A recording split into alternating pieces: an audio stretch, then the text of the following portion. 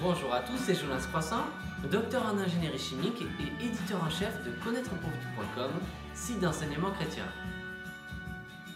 Nous continuons notre série sur l'ecclésiologie biblique et nous abordons la question: l'Église est-elle la nouvelle Israël? C'est une question qui pourrait paraître étrange et pourtant il y a beaucoup de chrétiens qui portent la catégorie d'amillénaristes ou de post-millénaristes qui croient que l'Église est la nouvelle Israël.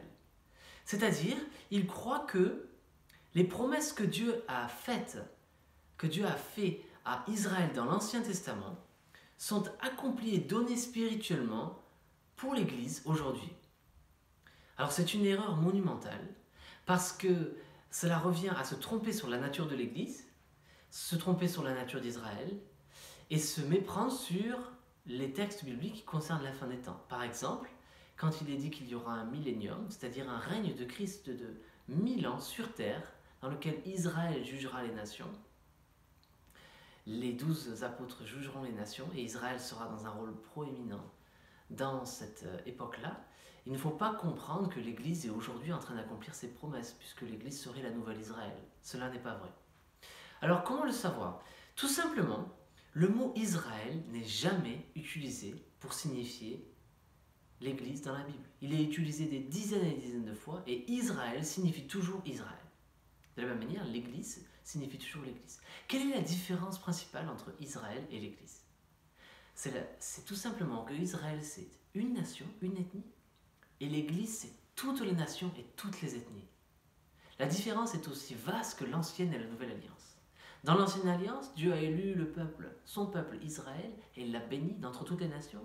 Et dans la nouvelle alliance, Dieu a fait une alliance avec Israël qui se répercute sur toutes les nations, et il appelle son peuple ceux qui ne faisaient pas partie de son peuple.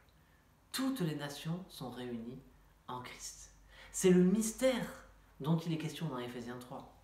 Le mystère que les Juifs et les gentils, c'est-à-dire les non-Juifs, sont unis en un seul corps en Jésus-Christ. Alors certains diront que le mot ecclésia est utilisé dans la prédication d'Étienne en Actes 6 et 7 pour parler de l'ecclésia dans le désert. Et ils diront, voyez-vous, il est écrit ici l'église dans le désert. Mais c'est une erreur d'interprétation, tout simplement parce que le mot ecclésia signifie congrégation et qui n'est pas toujours utilisé pour une congrégation religieuse ou une congrégation chrétienne. Il est utilisé pour une congrégation d'Athéniens, de Romains, toutes sortes de congrégations. Donc ce n'est pas un mot qui nécessairement doit être traduit par église. Et dans le cas de la prédication d'Étienne, il faisait évidemment référence à Israël qui était dans le désert. Donc il n'y a simplement aucun mot, aucun exemple où le mot Israël est un substitut pour l'église. Alors voici la chose qui n'est pas souvent notée par certaines personnes qui oublient qu'il y a une relation entre Israël et l'Église. Et la voici. Dans l'Église, il y a des Israélites. Il y a des chrétiens d'origine juive. Il y a donc l'Israël circoncis de cœur dans l'Église. Pour être tout à fait exact, l'Israël circoncis de cœur, la vraie Israël, c'est la fondation de l'Église. Tous les apôtres étaient israélites. Jésus était juif. Le salut vient des juifs. La fondation de l'Église est donc une circoncision d'Israël. Tous les juifs messianiques qui ont accepté le Christ et l'Évangile, eh bien, ils font partie d'Israël et ils sont dans l'Église. Mais l'Église n'est donc pas Israël. L'Église contient une partie d'Israël, mais l'Église n'est pas Israël. Alors j'aimerais attirer votre attention vers un texte qui très clairement montre qu'il ne faut pas confondre Israël et l'Église. C'est 1 Corinthiens 10, 32. Il est écrit la chose suivante: ne faites aucune offense ni aux Grecs, ni aux Juifs, ni à l'Église de Dieu. Paul vient de dire au verset 31 que nous devons tout faire pour la gloire de Dieu. Et ayant donné ce commandement positif, faites tout pour la gloire de Dieu, il va donner un commandement qui concerne quelque chose de négatif. Il va dire, ne faites offense, ne faites trébucher ni les Grecs, ni les Juifs, ni l'Église de Dieu. Les Grecs signifient les gentils. Comment est-ce que je le sais? C'est parce qu'en Galates 3, 28, il est écrit: en Christ, il n'y a ni homme ni femme, ni grec ni juif, ni esclave ni libre. Soit vous êtes homme, soit vous êtes femme. Il n'y a pas d'autre catégorie dans la réalité ni dans la Bible. Soit vous êtes grec, soit vous êtes juif, c'est-à-dire soit vous êtes juif, soit vous êtes non-juif, un gentil, un grec. Pourquoi les appellent-ils les Grecs? Tous ceux qui sont dans le monde qui ne sont pas juifs? Parce qu'à l'époque du Christ, la langue grecque était un peu comme l'anglais de notre époque. Tout le monde le parlait. Donc vous parliez le grec si vous étiez quelqu'un qui était un gentil. Donc il dit le grec ou le juif. Et enfin, ni esclave ni libre. Soit vous êtes esclave, soit vous êtes libre. Et c'est donc les catégories qui sont utilisées pour expliquer que dans le salut, en Jésus-Christ, eh bien, il n'y a pas de distinction entre hommes et femmes, entre ethnies ou entre catégories sociales. L'esclave libre, le grec et le juif, l'homme et la femme. Revenons à 1 Corinthiens 10, 32, où il est dit « Ne faites offense ni aux Grecs, ni aux Juifs, ni à l'Église de Dieu. » Le grec, c'est le non-juif, c'est le gentil, toutes les ethnies du monde. Le juif, c'est Israël. Et l'Église de Dieu, c'est l'Église. Donc vous voyez bien que ce passage nous parle de 3 catégories de personnes qui résument l'humanité. Il y a l'Église, qui ne doit pas être confondue avec Israël, qui ne doivent pas être confondue avec les nations. Les nations et Israël forment les peuples qui n'ont pas encore accepté Dieu, et l'Église, évidemment, ce sont les élus. Ceux qui n'ont pas accepté Dieu, ceux qui ont accepté Dieu. Donc ne faire offense ni aux Juifs, ni à l'Église de Dieu, c'est demander que l'Église n'est pas à confondre avec les Juifs qui ont refusé le Christ, Israël. Il y a tellement de passages dans la Bible qui distinguent l'Église et Israël.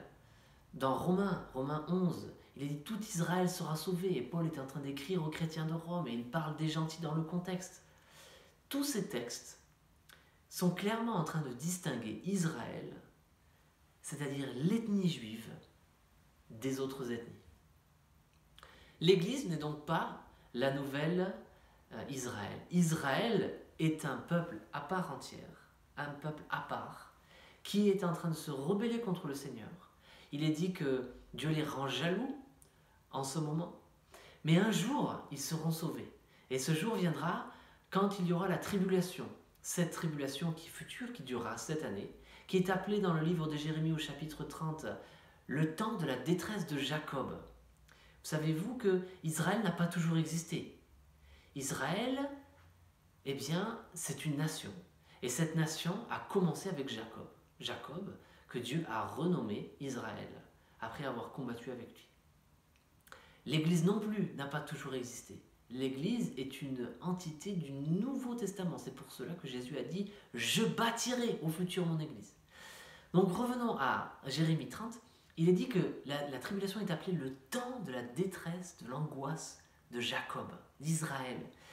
À ce moment-là, dans la tribulation, à ce moment-là, où les choses vont devenir vraiment horribles pour Israël, l'Antéchrist va se retourner contre eux, etc. Dieu va les sauver. Si vous voulez en entendre parler un peu plus, lisez Ézéchiel 37. Quand la vallée d'ossements en Israël se transforme en chair et en os, et effectivement, les âmes sont vivantes pour le Seigneur. Cette nation d'Israël qui va être régénérée, eh bien, ça sera la preuve que ceux que Dieu a appelés, ceux que Dieu a choisis, eh bien, il ne les abandonne jamais. Pour l'instant, l'Église remplit le monde et sert le Seigneur, mais un jour, Dieu va rappeler son peuple. Et ce peuple, c'est Israël. Et ces promesses, elles sont toujours futures et bien réelles. L'Église n'est donc pas la nouvelle Israël. L'Église, c'est l'Église. Et Israël, c'est Israël. Je vous encourage à vous abonner à notre chaîne YouTube et notre page Facebook. Vous pouvez aussi devenir membre de notre groupe chrétien Disciples de Jésus. N'hésitez pas non plus à visiter connaîtrepourvivre.com et que la grâce du Seigneur Jésus-Christ, l'amour de Dieu et la communion du Saint-Esprit soient avec vous tous. A bientôt pour de nouvelles vidéos sur l'Église.